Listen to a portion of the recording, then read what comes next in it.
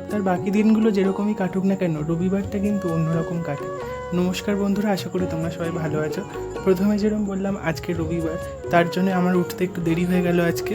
তো উঠেই আমি তাড়াতাড়ি করে স্নান টান করে মায়ের পুজোর ফুলগুলো তুলে নিলাম। আর এখানে দেখো বেশ ভালো রোদ উঠেছে, তাই জন্য আর কি চামড়টা আমি রোদে দিয়ে দিলাম। চামড় যত রোদে দেওয়া হবে ততই ভালো।